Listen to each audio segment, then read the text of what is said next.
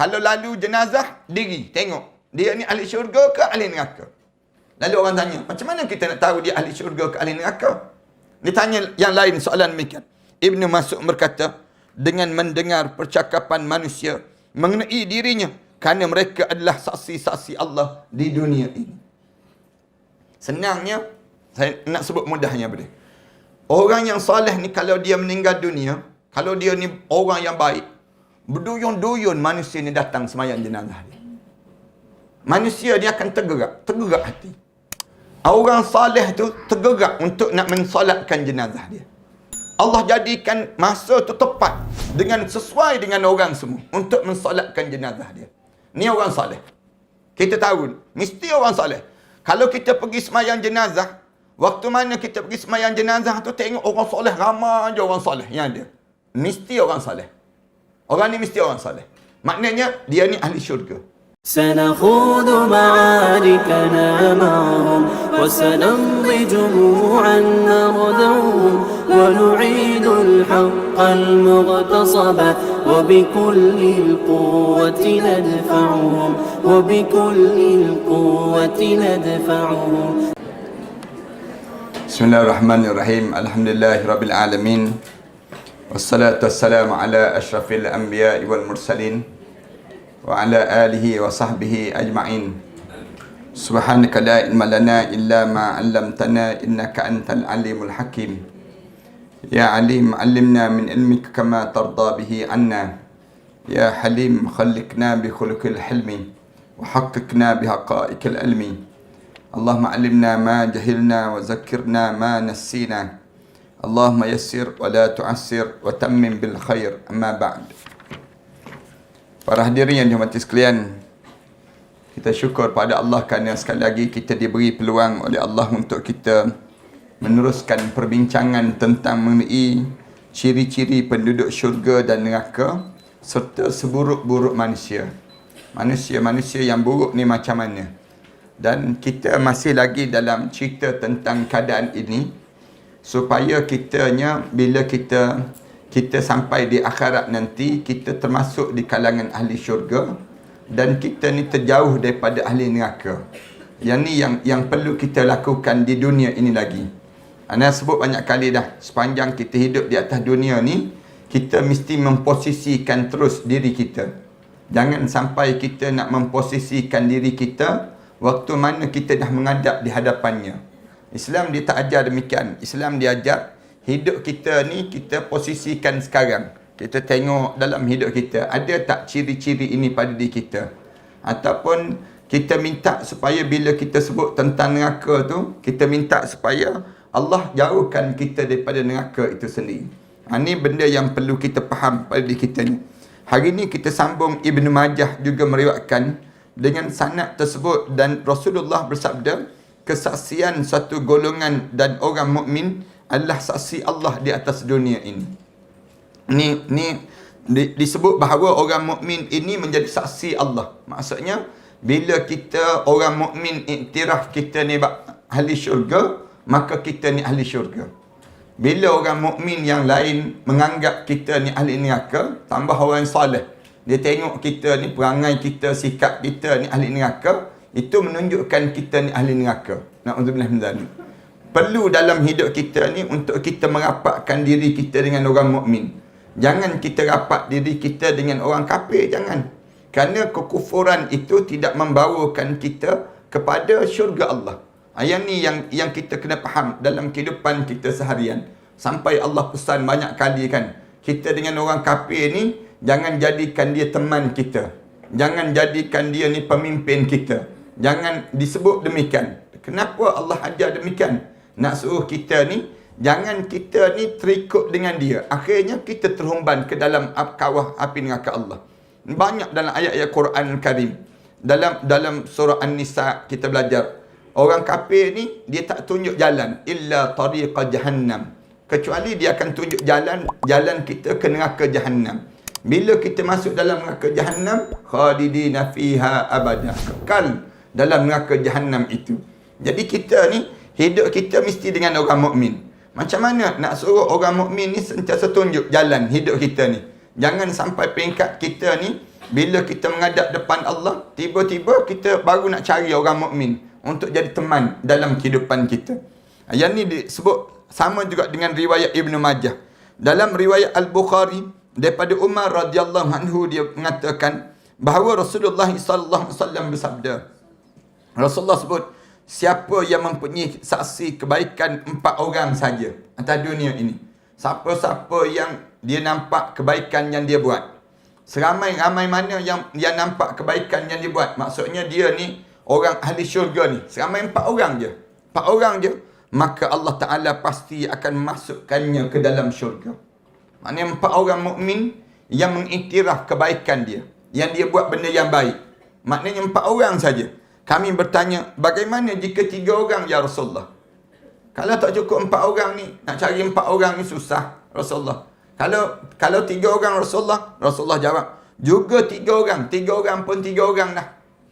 Kerana apa dia? Kerana orang nak cari orang buat baik. Maksudnya orang yang nak pada syurga dia tak ramai atas dunia. Yang hidup nak, yang dinamakan dengan kebaikan pada diri dia. Kami bertanya lagi, bagaimana dengan 2 orang saja ya Rasulullah? 2 orang yang tengok dia ni ahli syurga ni, jadi saksi, aku sanggup jadi saksi terhadap amalan dia. Kerana dia ni orang begini hidup dia. Baginda menjawab, juga 2 orang. Kalau 2 orang pun 2 orang lah, kata Rasulullah. Maknanya apa dia? Susah nak cari orang yang betul-betul nak pada syurga Allah di atas dunia ini. Seterusnya kami tidak bertanya mengenai seorang. Maknanya sahabat-sahabat kata, kalau tanya seorang pun mungkin Rasulullah jawab seorang pun seorang lah. Nak sebutnya sampai 2 orang tu kami diam sudah. Kami tak sanggup lagi dah. Nak sebutnya susahnya nak cari orang nak pada syurga. Para hadirin sekalian tengok kita ni kan. Kita ni di kalangan kita ni senang ke nak cari di kalangan kita ni yang nak pada syurga? Kerana ramai di kalangan kita ni terkeliru dengan dunia. Kita hidup kan. Kita perhati diri kita sendiri ni. Betul ke kita nak ke syurga? Kalau betul kita nak ke syurga kan, mesti sembahyang kita khusyuk. Mesti kita ni, dalam hidup kita ni rasa tak sayang dengan dunia. Tapi kalau kita menung balik pada diri kita ni, kita menyayangi dunia ni kuat sangat dibandingkan dengan kita menyayangi akhirat dalam hidup kita.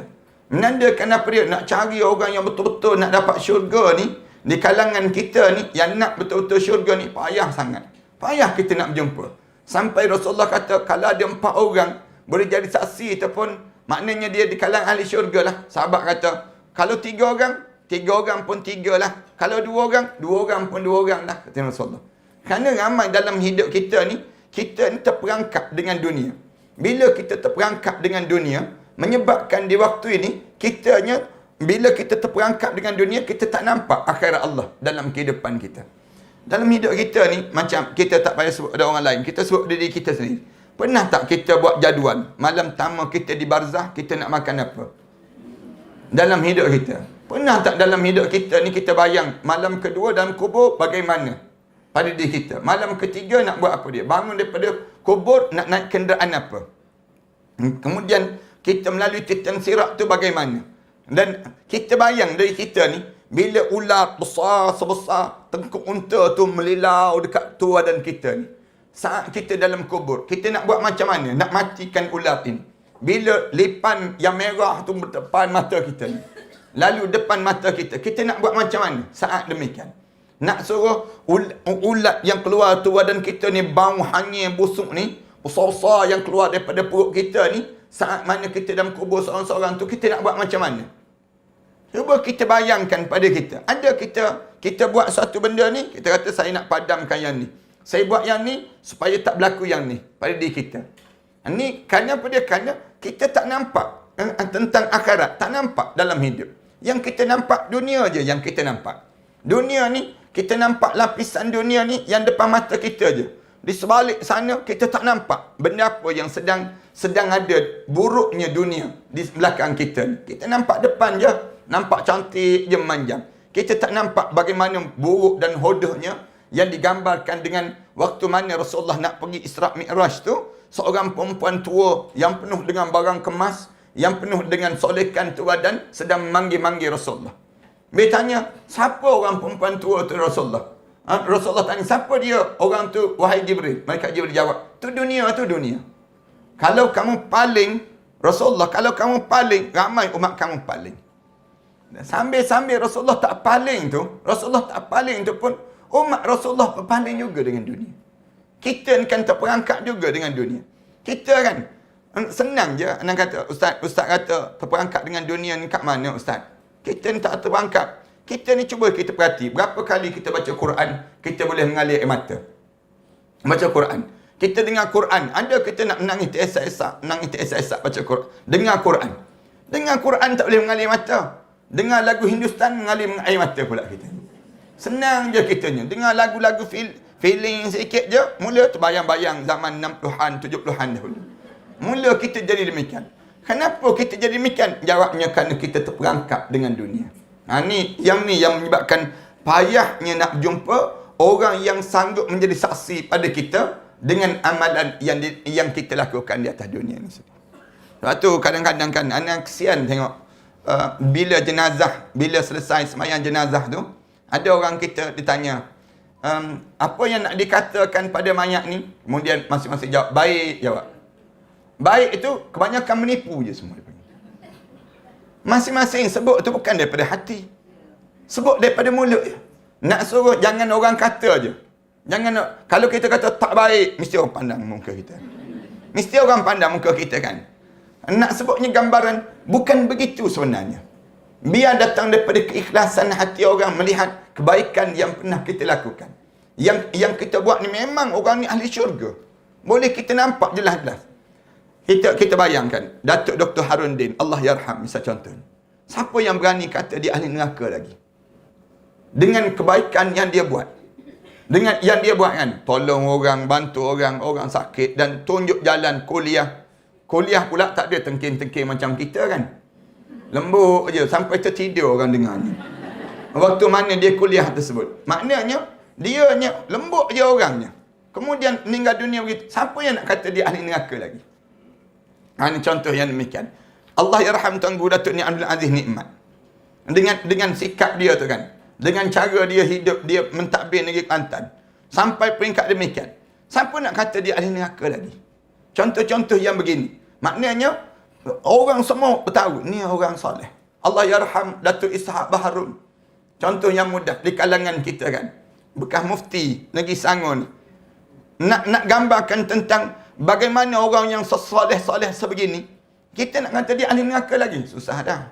Dengan apa dia? Kebaikan dia tu melampaui. Orang semua tahu tentang baiknya dan solehnya orang yang sedemikian rupa.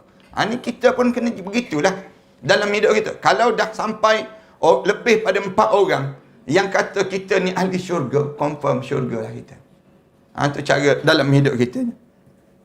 Abu Muhammad Abdul Haq mengatakan bahawa hadis ini dikhususkan dan yang sebelumnya bersifat umum. Jika ramai saksi dan lisan orang Muslim yang menyatakan mengenai kebaikan dan memuji sifat solehnya, maka dia mesti masuk dalam syurga Allah. Wajib dia masuk syurga. Kita ni maknanya, biar kita ni buat amalan soleh. Kadang-kadang kan, tak terkenal pun kita dengan buat amalan soleh. Tapi, bila kita mati, orang tahu dia buat amalan soleh. Misal contoh yang mati ditimpa keren dekat Mekah, misal contoh. Seorang guru kan, guru perempuan yang pergi buat haji.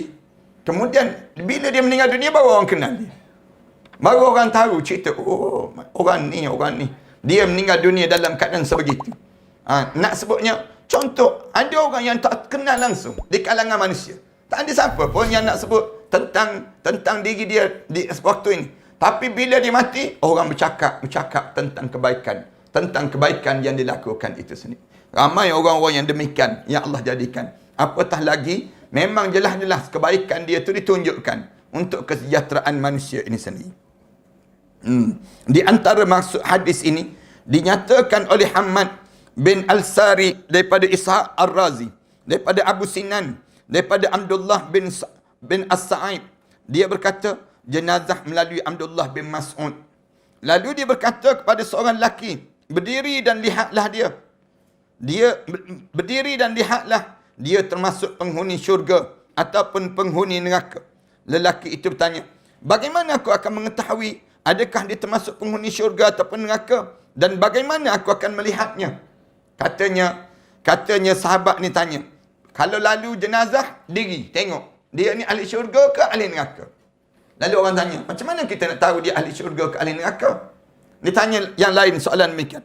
Ibnu Mas'ud berkata, dengan mendengar percakapan manusia mengenai dirinya, kerana mereka adalah saksi-saksi Allah di dunia ini. Senangnya, saya nak sebut mudahnya boleh. Orang yang soleh ni kalau dia meninggal dunia, kalau dia ni orang yang baik, berduyun-duyun manusia ni datang semayang jenazah dia. Manusia dia akan tergerak hati. Orang soleh tu tergerak untuk nak mensolatkan jenazah dia. Allah jadikan masa tu tepat dengan sesuai dengan orang semua untuk mensolatkan jenazah dia. Ni orang soleh. Kita tahu, mesti orang soleh. Kalau kita pergi semayang jenazah, waktu mana kita pergi semayang jenazah tu tengok orang soleh, ramai je orang soleh yang ada. Mesti orang soleh. Orang ni mesti orang soleh. Maknanya dia ni ahli syurga. Tapi kalau kita pergi nak semayang jenazah tu, tengok tak ada orang. Yang datang tu mak-mak toleh semua dia panggil. Yang datang nak semayang jenazah dia ni, tak pernah pun nampak. Tak pernah nampak pun di masjid. Nampak. Sama-sama geng dia lah. Puak-puak dia tersebut. Ni mesti ahli neraka. Na'udzubillah min dzalik. Sebab tu dengan siapa kita berkawan di atas dunia ni. Kalau kita berkawan dengan orang soleh, bila kita dekat nak meninggal dunia, orang soleh yang akan datang. Kalau kita ni di kalangan orang yang jahat dalam hidup atas dunia ni, bila kita mati tu, kadang-kadang tak ada siapa pun yang nak usung jenazah kita. Tak berebut pun orang nak tolong usung jenazah, nak dihantarkan ke kuburan. Kalaupun datang, orang ni datang ni, kerana apa dia? Malu dengan orang ni. Orang ni pun datang. Lepas tu, bila nak dihantar ke kubur, tak ada perasaan nak pergi ke kubur, hantar jenazah tu sendiri. Ini na'udzubillah min dzalik. Kita ni biar sentiasa pada diri kita ni, dalam hidup kita, sampai peringkat bila kita meninggal dunia, orang soleh pakat doa untuk diri kita. Tanda kita ahli syurga Allah Subhanahu wa ta'ala. Tu anda pesankan, bila ada kalangan jemaah kita meninggal dunia, kena umum di kalangan kita. Umum. Bila kita umum, kita pakat baca doa. Dan setiap kali mana kita baca doa, sampailah. Dan katakanlah jemaah datang ke majlis ilmu ni. Jemaah datang majlis ilmu ni. Kemudian minggu depan kita tak datang dah. Kerana kita meninggal dunia dah. Tapi minggu depan, kita dapat lagi pahala. Minggu sekali lagi ada lagi pahala. Selagi mana majlis ilmu ni berjalan, segitu pahala dapat. Dapat. Walaupun kita dalam kubur dah. Kita dalam kubur, tapi kerana kehadiran kita. Hadir kita dalam majlis ilmu, kita menghidupkan majlis ilmu ni. Sampai bila? Sampai majlis ilmu ni kena gam pada jais. Senang cerita. Bila majlis ilmu ni tak boleh dah, kuliah tak ada dah orang kuliah, habis pahala kita. Selagi mana kita ni ada dalam diri kita ni belajar. Selagi itulah kita dapat pahala. Tak percaya cuba try mati ya. Sekarang ni kita tak nampak lagi dah sebab kita tak. Sahabat-sahabat kita yang dah meninggal dunia ni, yang istiqamah datang belajar ni, dia dapat pahala ni saat mana kita sedang berkumpul begini. Maknanya kita berkumpul je, dapat dah, datang dah. Cahaya berderu-deru datang. Kemudian dia rasa setenang-tenang. Dia akan sebut, untung aku, kerana aku dahulu pernah sampai dalam kuliah dahulu. Dulu walaupun aku tertidur dalam kuliah tu pun, misalnya. Tapi aku dapat juga pahala hari ini. Ni nak sebutnya, kerana kita mengikat ikatan sesama kita. Panggil ikatan kesolehan itu, kita ikat di kalangan kita. Ikat dengan cara macam mana? Kita duduk sama-sama kita mendoakan di antara kita. Mendoakan sesama kita ni, sampai kita yakin, bila kita mati, kita saling bagi syafaat di antara satu sama lain. Itu kekuatan yang mesti ada pada diri kita demikian. Kemudian lelaki itu tanya, bagaimana kita nak tahu orang tu termasuk di kalangan ahli syurga ataupun neraka? Ibnu Mas'ud berkata, dengan mendengar percakapan manusia mengenai dirinya, kerana mereka adalah saksi-saksi Allah di dunia ini. Kamu dengarlah orang cerita tentang dia macam mana. Kalau orang baik ni, orang akan tak berhenti-berhenti cakap. Orang baik ni kan, bila meninggal dunia tu, rasa sayu je rasa. Hari dia tak ada tu, hari dia meninggal dunia tu, dia akan terkesan dalam hidup kita. Parahaniskan hidup lama dengan suami kita. Hidup lama dengan isteri kita kan. Bila hari kematian dia mesti terkesan dalam hidup. Hari kedua lagi terkesan, hari yang ketiga terkesan.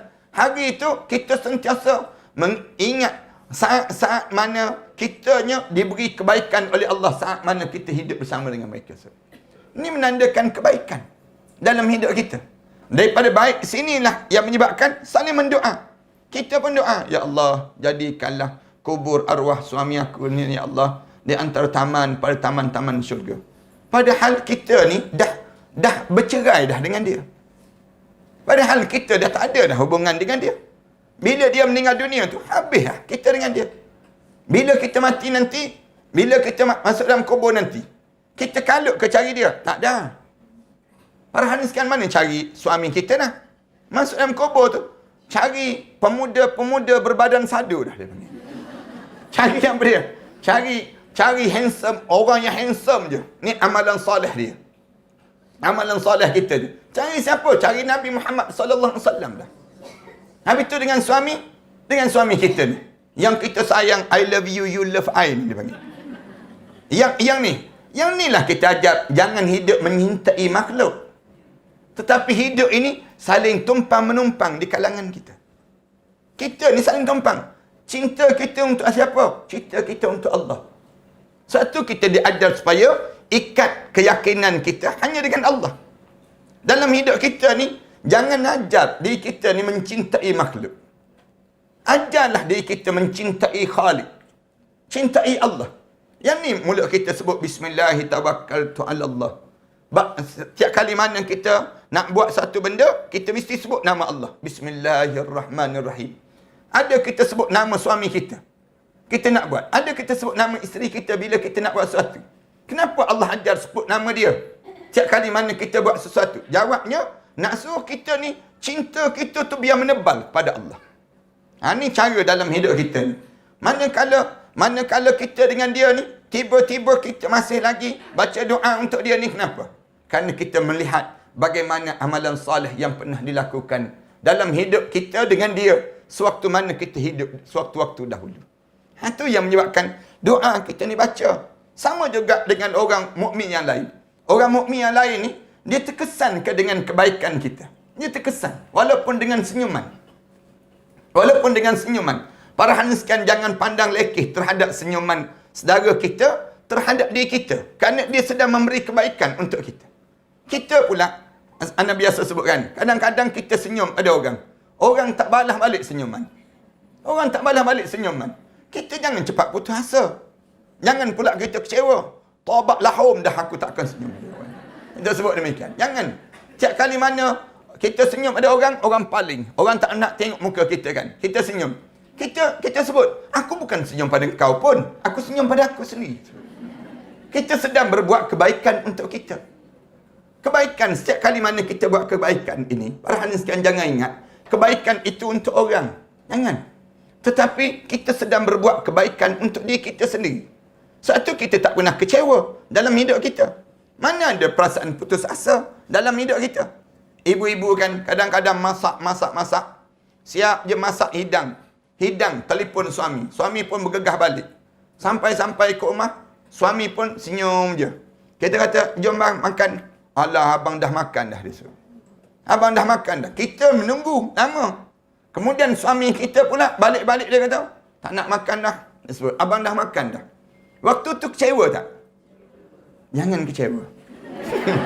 Jangan kecewa. Nak ajar dalam hidup kita. Jangan kecewa. Makanlah kita seorang-seorang. Makanlah seorang-seorang. Ni nak sebutnya kenapa? Aku bukan buat kebaikan ini untuk suami aku, tapi aku sedang buat kebaikan untuk dia aku sendiri. Waktu itulah kita rasa gembira, aku boleh makan banyak. Maknanya, pada diri kita kena rasa demikian. Jangan kita putus asa. Kalau kita putus asa, syaitan akan masuk. Di saat itulah syaitan akan masuk. Tengok suami kamu, teruk kan? Dia sebut, ada kepatut dia makan seorang-seorang. Yang kamu siap masak, kamu buat semua untuk dia. Dia tak hargai langsung. Dia terus naik masuk bilik mandi. Siap semua. Dia terlentang depan televisyen, tengok televisyen, tengok TV. Kita makan seorang-seorang. Jangan kecewa. Kerana apa dia? Kerana kita sedang berbuat kebaikan untuk diri kita. Bukan kita berbuat kebaikan untuk orang. Kalau ada pun untuk orang, itu bonus untuk dia. Ini cara dalam hidup. Orang mukmin kena jadi begitu. Orang mukmin ni, orang yang hidup dia sentiasa sampai peringkat satu hari nanti kita meninggal dunia. Suami kita tak meninggal dunia lagi, dia akan terkenang masakan kita. Dia akan teringat. Anda tengok bagaimana keadaan yang berlaku pada ayah mertua dengan mak mertua. Mak mertua sekarang sedang dalam keadaan kena stroke yang teruk. Kemudian di atas katil dah. Malam-malam sampai tak boleh tidur. Malam-malam keluar ayah mertua ni. Duduk tepi mak mertua ni. Nangis teresak-esak dia.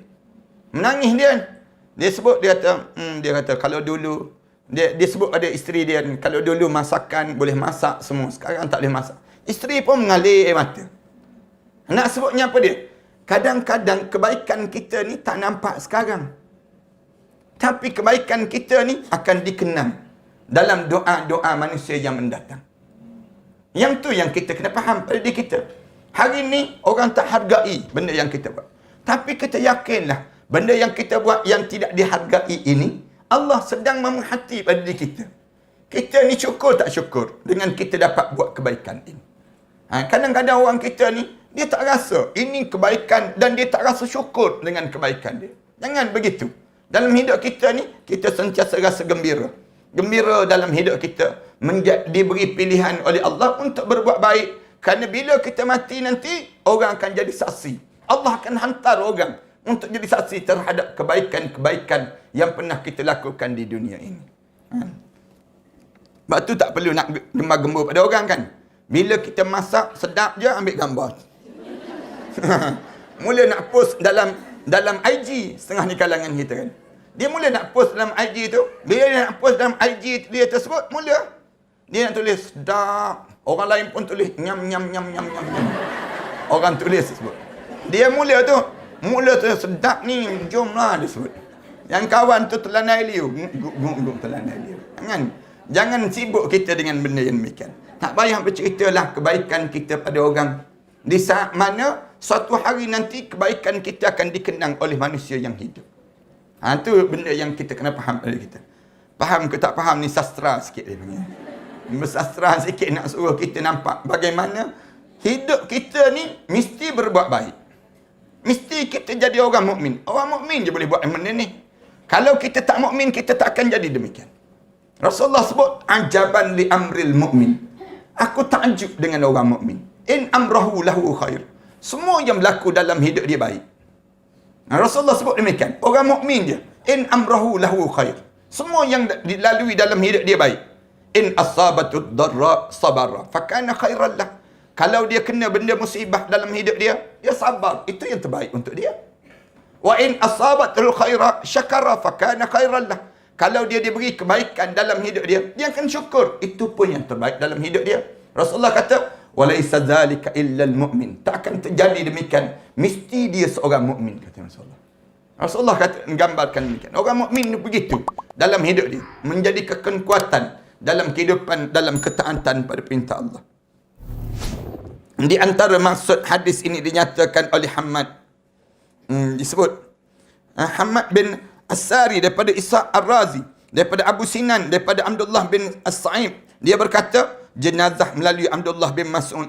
Lalu dia berkata pada seorang lelaki, berdiri dan lihat. Dan kamu dengar setiap percakapan manusia terhadap dirinya, kerana mereka adalah saksi Allah Ta'ala di dunia. Abu Muhammad berkata, hamba lagi kat bawah sekali tu, perenggan bawah. Abu Muhammad berkata, tidak dinafikan bahawa apabila Allah Ta'ala mencintai seorang hamba, maka dia akan memerintah lisan orang Muslim dengan pujian dan cinta kepadanya. Allah, kalau dia sayang pada seorang, Allah akan campakkan dalam hati seseorang itu, jadi rasa sayang pada kita. Jadi rasa cinta pada kita. Kita tak pernah pun kenal dia. Tapi, bila disayangi, menyebabkan apa dia? Orang ni akan datang berjumpa dengan kita. Orang akan beritahu, saya sukalah dengan kamu. Saya bahagia hidup dengan kamu. Saya seronok dengan kamu. Kenapa? Allah campakkan dalam hati orang tu, dia akan bagi tahu, kamu ni orang soleh. Saya nak tumpang ilmu daripada kamu. Saya nak tumpang kebaikan daripada kamu. Saya nak begini-begini dalam hidup kamu. Ini kita akan dapat daripada mana? daripada Allah yang hantar orang-orang yang demikian untuk bagi tahu pada kita. Anak nak sebut pengalaman ni, anak rasa sendiri. Anak rasa sendiri. Kadang-kadang kita tak pernah pun jumpa dengan pakcik, makcik ni misal contohnya. Pakcik, orang-orang ni, kadang-kadang kita pergi sekali je tempat tu. Pergi tempat ceramah tersebut, pergi sekali. Lepas pada ceramah tu, dia datang peluk kita ni. Peluk, Ustaz, lama dah rindu nak jumpa Ustaz. Biasa tengok dalam YouTube je Ustaz ni. Ingat ketua, rupa muda lagi. Kita pun rasa lega. Nak sebutnya demikian. Kadang-kadang dia datang peluk tu, ada seorang tu peluk, bagi letak dalam tangan, goncang tangan, bagi cincin. Bagi cincin, Ustaz pakai cincin. Tengok cincin permata tu cantik sangat. Permata yang dia bagi, Ustaz pak, ni saya memang niat lama dah pada Ustaz. Saya nak tengok Ustaz pakai juga. Dia bagi, kita je ni tak pakai cincin. Yang tak pakai cincin, pakailah 2-3 hari, lepas tu buang. Rasa bagi pada orang lain pula. Bagi pada siapa-siapa yang sesuai. Anak jenis tak pakai cincin, rasa tak selesa pakai cincin. Walaupun kita tahu Rasulullah ada cincin yang Rasulullah pakai di jari dia, tapi anak tak berapa selesa. Kalau ada cincin je rasa gitu je jari. Nak jalan tu duduk begitu, tak sedap dia panggil macam. Ada yang dia suka sangat ambil kain sorban peluk, balut tubuh badan kita. Ustaz, saya suka Ustaz. Ni kain sorban ni saya niat untuk Ustaz. Lama dah saya simpan ni. Nak bagi pada Ustaz. Nak sebutnya, kadang-kadang kita tak kenal pun dia. Tak pernah kenal. Tapi datang dia tu meluahkan rasa kasih dan sayang pada kita. Kadang-kadang tu, ada pakcik-pakcik tu, yang geram tu dia peluk. Peluk tu cium. Cucak macam ni. Naik, meremang bulu remang kita ni. Nak sebutnya kena cium. Nak cium, sukanya dia. Nak sebutnya kasih sayang tu datang. Malam baru ni ceramah dekat AU Keramat. Ceramah tentang mengenai persiapan ke barzah. Ceramah AU Keramat. Ada seorang Arab Yaman duduk dengan kuliah. Dalam sejam setengah nak ceramah tu. Kemudian rupa-rupanya dia ni imam pada surau tempat yang nak pergi ceramah sebut. Dia ni orang Arab. Dia anak ceramah dalam bahasa Melayu. Dan ceramah bahasa Melayu. Bila dia jadi imam, dia sembahyang, dia menangis sungguh-sungguh menangis. Dia jadi imam, sembahyang tu, dia menangis sungguh. Siap sembahyang, habis sembahyang, dia salam dengan kita tu, dia peluk kita ni. Anak kata, suara kamu sedap. Saya dengar tadi sedap bacaan yang kamu baca. Kenapa? Dia kata, saya terkesan dengan ceramah kamu. Kamu faham ke? Saya tak faham, tapi saya terkesan. Dia sebut demikian. Pelik kan? Orang Arab, kita cakap Melayu, cakap pula laju-laju cakap kan. Time-time yang tertentu. Tapi dia kata, saya nampak apa yang kamu cerita tentang mengenai saat bila nak mati, nak menghadap depan Allah. Saya terbayang-bayang. Dia pun sebut, bila saya jadi imam tadi, saya baca ayat Quran. Dia baca sampai waladhdallin amin tu. Dhalin amin. Baca je sikit, menangis tu. Menangis dia je. Maknanya apa dia? Allah campakkan dalam hati dia. Allah campakkan dalam hati seorang ni. Ni nak sebutnya gambaran bagaimana orang yang Allah jadikan dalam hidup ni. Kalau Allah cinta pada seorang, kerana kebaikan yang dia buat, Allah umumkan pada malaikat. Malaikat, aku cinta pada dia. Aku sayang pada dia. Tengok malaikat, hamba ni, dianya sentiasa berbuat kebaikan. Malaikat pun bagi tahu pada makhluk Allah yang lain. Ni Allah cinta ni. Allah sayang hamba Allah ni. Bila Allah sayang pada hamba dia, kamu tolong sayangi sama dia. Lalu kita ni dalam jagaan Allah. Ni yang kita kena jaga dalam hidup kita. Sebab tu jangan buat benda yang dilarang oleh Allah. Bila kita buat benda yang dilarang oleh Allah, sampai peringkat Allah kata, aku benci menyampah tengok muka dia. Bila menyampah tu, malaikat pun bagi tahu, makhluk-makhluk yang lain, ni Allah menyampah dengan dia. Kita jumpa dengan orang yang dia jahat kan. Kita tengok muka dia tu, kita pun menyampah tengok muka dia. Padahal sekarang perhatikan, kalau orang jahat-jahat tu kan, kita tengok dia tu, tak nak tengoklah dia. Dia ni kalau kita tak tengok lebih baik daripada kita tengok. Nak sebut gambaran apa dia? Gambaran keburukan dia tu menjadikan kehinaan dia untuk senang dia dihumban ke dalam neraka Allah SWT. Jangan sampai peringkat demikian pada diri kita. Dalam hidup kita ni, biar kita ni sentiasa buat benda yang disuruh oleh Allah. Sehingga kan kita dicintai oleh makhluk-makhluk Allah. Dan Allah pun mencintai kita. Seluruh alam ini akan rasa seronok dalam hidup kita. Kenapa dia? Kerana kita ikut yang disuruh oleh Allah dalam Al-Quranul Karim itu sendiri. Para hadirin sekalian kena tahu, pandai beza pula. Ada benda yang kita jangan nampak kena jadi lembut je. Dia jadi lembut pada diri dia. Tak betul kan? Dalam hidup orang Islam ni, dia panggil asyidda'u 'alal kuffar ruhama'u bainahum. Orang Islam ni dengan orang kafir mesti tegas. Asyidda'u 'alal kuffar. Orang kafir ni dengan orang kafir kena ada pendirian kamu. Nampak cara kamu, hidup kamu. Tapi dengan orang Islam, ruhama'u bainahum. Saling berkasih sayang di kalangan mereka sebut. Kita ni tak dengan orang kafir nak belah lembut. Manakala dengan orang Islam kita bertegas. Yang ni yang silap. Jangan begitu dalam hidup. Dengan orang mukmin ni, biar kita rasa kasih sayang sesama kita.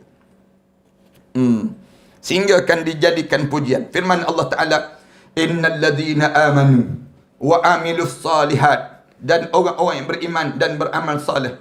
Sayaj'alu lahumur rahman wudda. Sesungguhnya orang yang beriman dan beramal salih. Lalu Allah jadikan Allah yang maha pemurah akan menanamkan dalam hati mereka rasa kasih dan juga sayang. Rasa kasih sayang dia panggil. Buddha. Kita jadi rasa kasih dan sayang pada orang yang jadi macam mana? Beriman dan beramal soleh. Sampai hari ni kan kita rasa kehilangan. Allah yarham Tok Guru Haruddin saja. Rasa kehilangan dalam hidup kita. Rasa hilang dalam hidup kita ni. Allah yarham Tok Guru Abdul Aziz Nikmat. Rasa hilang dalam hidup kita ni orang-orang yang alim. Kenapa? Allah tanamkan dalam jiwa setiap orang yang beriman ini perasaan wudda. Wudda ni maknanya rasa mendalam rasa kasih. Terkesan dalam hidup kita. Macam kita kan kadang-kadang kita dengan sahabat-sahabat kita ni rasa terkesan dalam hidup. Ana dengan Allah ya rahmat Ustaz Nur Azli Musa. Ana sentiasa sahabat-sahabat bila sahabat-sahabat keluar gambar kita dengan waktu mana saat bersama dahulu. Duduk dengan bersahabat dahulu. Mengalir mata. Ada sahabat-sahabat sambil-sambil bawa kereta tu teringat pada Allah yarham Ustaz Nur Azli Musa tu. Mengenang air mata. Tak adalah rasa. Rasa Allah jadikan dalam hidup rasa Buddha. Buddha ni maknanya rasa mendalam, rasa kasih dan sayang dalam hidup kita. Rasa macam ada lagi orang macam ni. Orang-orang yang soleh-soleh ni, kita ingat saat gurau senda kita, saat kita jalan, kita makan. Sama juga dengan perhadiskan. Bila kita dengan suami kita ni, yang suami kita ni jenis jaga taat pada perintah Allah, mendalam rasa kasih dan sayang kita dalam dada kita ni. Kecuali dengan orang yang kita berasa benci kan.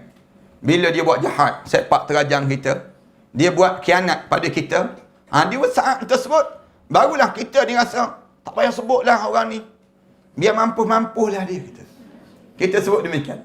Dia ni bukan boleh baik pun dengan kita sebut. Ni kita tak nak orang yang jahat-jahat ni datang dekat dengan diri kita. Allah sebut demikian.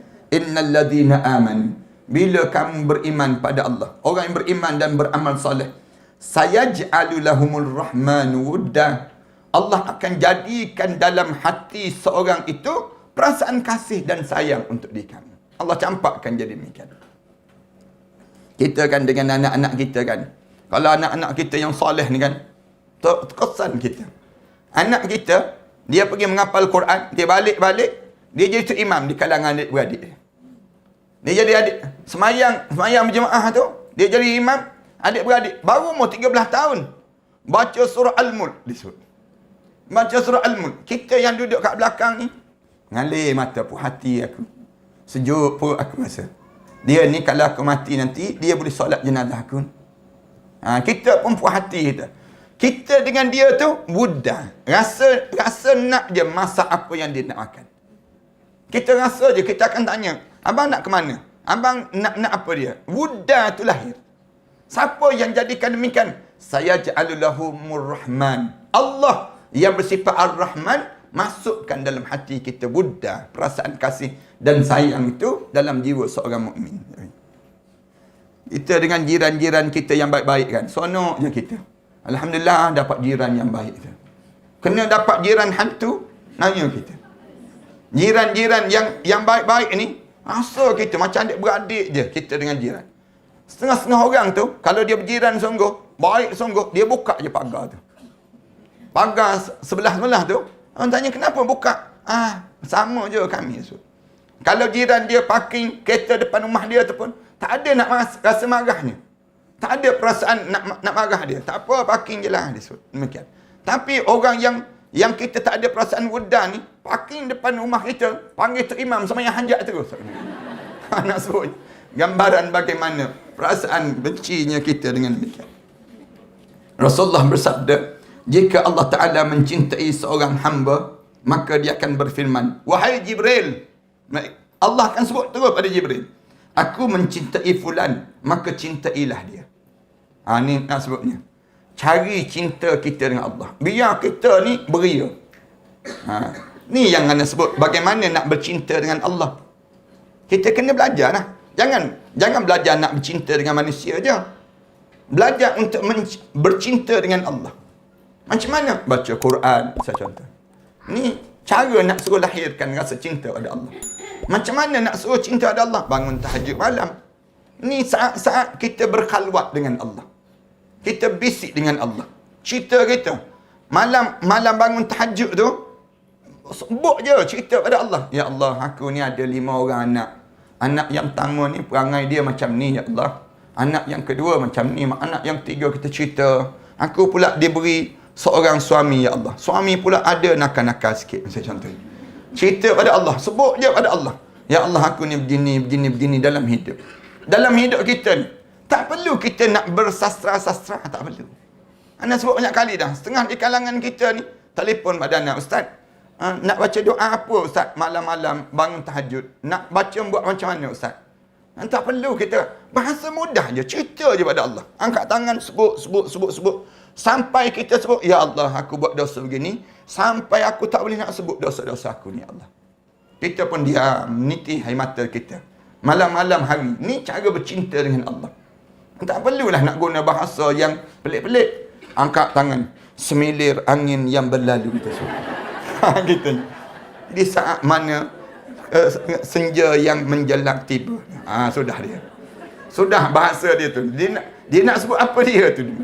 Pada diri dia tersebut. Jangan, tak perlu. Dengan Allah ni, mudah je kita sebut. Kalimah yang mudah je. Allah ni aliman hakiman. Allah ni maha mendengar. Lalu dia sebut terus, Jibril, aku mencintainya. Kemudian dia menyeru di langit, Allah Ta'ala mencintai fulan, maka cintailah dia. Malaikat Jibril sebut terus, wahai seluruh makhluk di langit ini, Allah sedang mencintai hamba itu, maka cintailah kami. Kita pun Allah istihar. Bila kita pandai cari jalan ni selok-belok untuk nak mencintai Allah, kita dah jumpa dah, lalu diumum oleh malaikat Allah, orang ni dicintai di sisi Allah. Jalanlah ke mana pun, kita dalam jagaan Allah. Kita dalam jagaan Allah. Yang ni kesan daripada mana? Kesan daripada kita pandai untuk menarik perhatian Allah untuk kita. Daripada mana? Mencintai Allah dengan keikhlasan amalan. Orang tanya, saat nak cinta pada Allah ni macam mana? Ikhlaskan amalan. Amalan ni tak payah buat kerana orang, tapi buat kerana Allah. Kita akan dicintai di sisi Allah. Allah ni bukan nak pada kita makan minum, tak. Bukan Allah nak pada kita ni yang namakan dengan yang lain, tak. Allah nak suruh kita jadi hamba pada dia je. Hamba pada dia apa dia? Ikhlas. Dalam sisi apa pun, tak pernah nak rasa nak ungkit-ungkit dalam diri kita. Ini tanda kita sedang bercinta dengan Allah. Kita buat tu tak ada pujian orang pun tak apa. Kita tak kisah pun orang nak puji ke tak puji. Yang penting Allah mula istihar kita menjadi kekasih kepadanya. Itu cara demikian. Diistiharkan. Lalu penghuni langit mencintainya. Kemudian diberikan kesejahteraan baginya di bumi. Senang je hidup kita. Tak rasa sesak. Tak ada rasa sesak dada, tak ada. Semua yang menimpa diri kita, semuanya kita serah balik pada Allah. Ufawwidu amri ilallah. Aku serah segala urusan ini kepada kamu, ya Allah. Kita ni tak ada rasa nak kecewa ke, orang sakitkan hati kita pun tak ada apa pun pada kita. Yang penting kita dengan Allah. Antara kita sebut demikian. Demikianlah juga dengan orang yang dimurkai oleh Allah sama juga. Siapa yang dimurkai di sisi Allah, Allah sebut, aku benci tengok muka dia. Ada orang yang Allah tak nak cakap dengan dia, tak nak tengok muka dia. Di hari kiamat nanti, ada orang yang Allah tak nak tengok muka dia. Allah tak pandang muka dia. Wala yukallimuhumullah. Allah tak nak cakap dengan dia. Wala yuzakkihim. Allah tak pandang langsung untuk dibersihkan dia. Walahum azabun alim. Bagi mereka ni azab yang amat pedih. Bila? Di dunia ni lagi. Di dunia ni lagi, Allah dah istihadah. Dia ni aku tak suka. Bila tak suka, hidup dia sengsara. Kita tengok rumah dia besar, kereta dia mewah, tapi sengsara. Dia sengsara dalam hidup dia. Kita tengok segala nikmat yang dia ada tu menjadi beban dalam hidup dia kembali. Tekanan dalam hidup dia.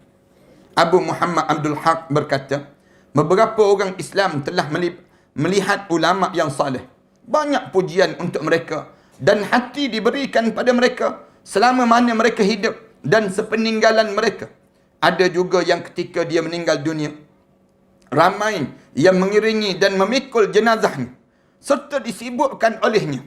Mungkin Allah Ta'ala menambahkannya dengan makhluk daripada golongan jin yang beriman atau yang lain dalam bentuk manusia itu sendiri.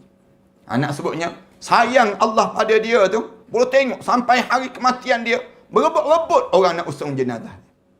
Berebut di saat mana nak menghadap depan Allah tu, nampak bagaimana kasih dan sayang Allah untuk diri. Ana rasalah Allah yarham Ustaz Ni'am, Tuan Guru Datuk Ni'am Aziz Nikmat tu, ana usung jenazah tu ringan, tak terasa lah kita. Lepas tu awan tu iring ke atas. Sepanjang daripada rumah dia nak ke kubur tu dalam 10 minit sampai. Tapi hari tu nak sampai di kubur tu ramai sangat orang ni, sejam setengah. Usung. Berpeluh ni Allah saja yang tahu. Tapi yang tengok awan tu iring, awan ke atas. Bila turun jenazah dia dalam kubur tu, gugur daun-daun, bunga-bunga tu gugur. Bau wangi semerbak keluar daripada kubur. Kita Allahu Akbar. Puas hati aku. Puas hati kita boleh husung jenazah. Walaupun dia bapa saudara kita, walaupun dia ni orang alim di kalangan kita, tapi puas hati aku telah husung jenazah ahli syurga Allah SWT. Kita boleh sebut sampai tahap demikian. Kerana pada kesalehan yang ada. Yalah anda tak jumpa lah dalam keluarga ni, soleh dia tu tak boleh nak dibayang. Sampai tengah-tengah dia sakit tu, dalam sambung dengan air kencing tu, dengan beg air kencing tu, malam-malam anak cucu tidur anak cucu ni, bangun dia tahajud. Anak bercakap dengan dia tu, bincang dengan dia, kata dalam ditanya anak, mak sendiri dia panggil mak ni Ahmad Dasuki ni dia panggil mak bangun tahajud tak malam-malam, dia tanya. Kita pun betul terang, kadang-kadang bangun, kadang-kadang tak bangun. Banyak tak bangun kita sebut. Banyak tak bangun daripada bangun kita sebut. Kita sebut pada dia. Dia kata ayat Zik, dia bahasakan diri dia ayat Zik, sepanjang ayat Zik ingat 2 kali je ayat Zik tak bangun. Kata. Sepanjang daripada akhir balik sampai hari ini. 2 kali je tak bangun tahajud malam. Kita diam, tak boleh sebut. Kalau sebut, malu kita. Kalau kita ni, sepanjang kita ingat 2 kali je baru bangun. Kalau kita nak jawab, nak sebutnya, hidup dia tu solat jaga. Dalam keadaan bawa kantung kencing tu, dengan azan turun tu, lembik-lembik letih-letih tu turun semayang dekat luar. Tak semayang dalam masjid. Takut ni bawa bekas air kencing ni, semayang dekat sah yang pertama tu kat luar masjid. Nak sebutnya solat, jaganya. Allah jadikan orang macam tu. Hidup dia ni, kalau bulan Ramadan tu, duyun-duyun orang direct datang. Dia bagi duit tu RM50 orang yang minta derma. Kadang-kadang orang Kelantan, budaya orang Kelantan, dia numpang dengan begitu. Bagi. Tak ada susu anak pun minta dengan Tok Guru. Datang berjumpa bagi tahu. Tok Guru, anak nak bayar yuran sekolah, tak boleh Tok Guru. Masuk dalam rumah, ambil duit, bagi. Bayar yuran. Tak pernah dia ni nak halau orang ke, nak kata, pergi balik lah pergi. Asyik minta je. Tak ada. Bagi je dalam hidup dia. Bulan Ramadan tu, kalau masuk bulan Ramadan, mestilah beli kain, nak bagi-bagi pada orang ni sendiri. Nak sebutnya hidup ni yang demikian rupa. Tak jumpa dah kita. Orang yang sesoleh itu. sepanjang anak hidup tu, dengan duduk atas rumah tersebut, anak tengok macam mana solehnya dalam hidup orang yang demikian. Wali-wali Allah dipanggil. Ni sampai peringkat bila dia meninggal dunia, ramai orang mengiringi dan memikul jenazahnya, serta disibukkan olehnya. Orang ni berebut-berebut. Mungkin Allah menambahkan lagi dengan makhluk daripada mana? Daripada golongan jin yang beriman atau yang lain dalam bentuk manusia. Kita tanya, datang daripada mana ramai-ramai orang? Dekat dengan 300,000 ke 400,000 orang ada. Yang datang tu, doyun-doyun. Dia meninggal dunia malam Jumaat kan. Senang elok, malam Jumaat tu, orang datang tu, Allah kita tengok. Nak sebutnya berdoyun-doyun. Datang manusia ni. Siapa ni datang ramai-ramai? Boleh jadi makhluk jin yang beriman dan juga makhluk-makhluk yang lain. Ya Allah jadikan dalam bentuk manusia itu sendiri. Ni.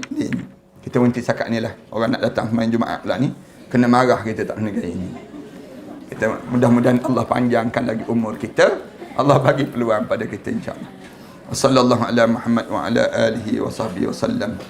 Walhamdulillahi rabbil alamin. Jemaah sekalian, ada jemaah kita yang kena apa dia? akan membuat pembedahan hempedu pada hari ini.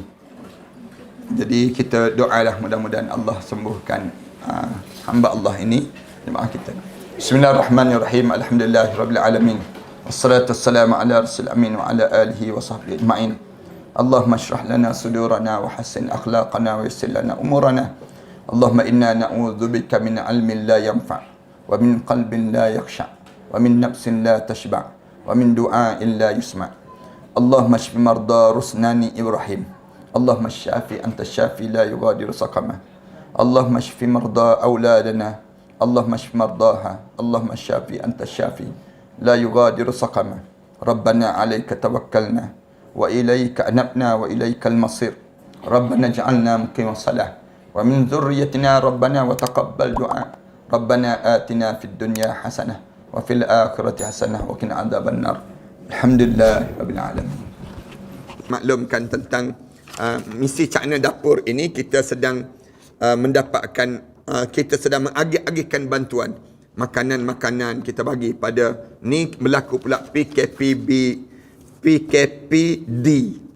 yang baru ni pula. Lalu kita agih-agihkan nasi bungkus, kemudian kita agihkan lauk-lauk kepada masyarakat yang bersusahan, yang kesusahan di kalangan mereka. Jadi saya harap supaya tuan-tuan yang ada dana, tuan-tuan yang ada rezeki sikit, pakak-pakak infak dalam nombor akaun Matan Center tu. Kemudian tuan-tuan maklum terus kepada talian 013 906 1204. Maklumat untuk kita nak agihkan bahagian-bahagian keuangan ini sendiri insya-Allah. Kemudian jangan lupa terhadap kitab yang saya sentiasa ulang, jadikan kematian kita husnul khatimah. Ini kitab yang penting sangat, dan juga kitab persiapan menjelang kematian. Macam mana kita nak lakukan dalam hidup kita bila kita dekat nak menghadap depan Allah Subhanahu Wa Taala. Mudah-mudahan semua ini dapat manfaat pada diri kita waktu mana kita menghadap di hadapan Allah Subhanahu Wa Taala nanti.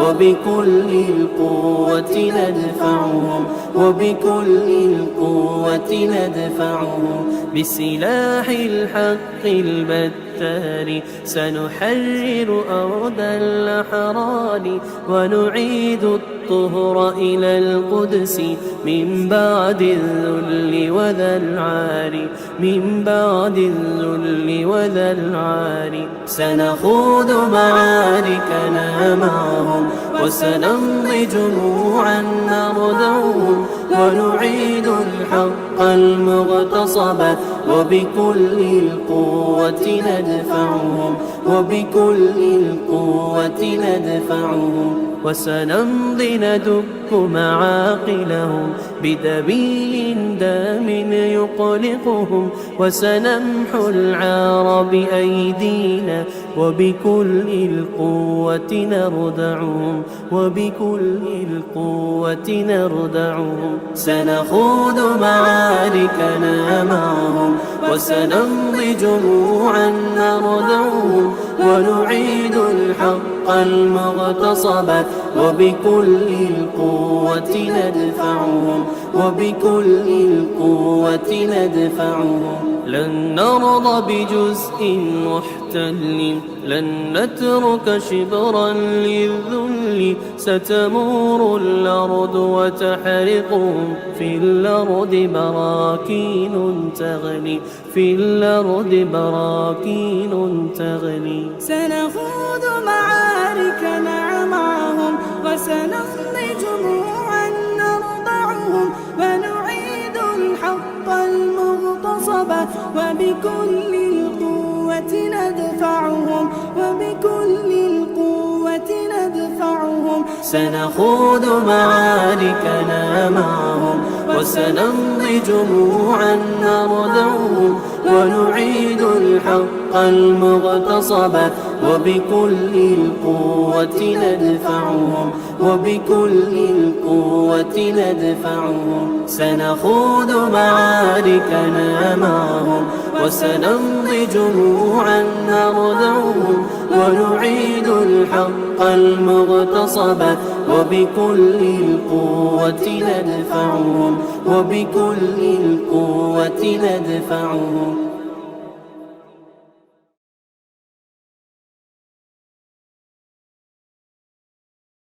سنخوض معارك لا إله إلا الله محمد رسول الله عليه صلاة الله وآله والأحبة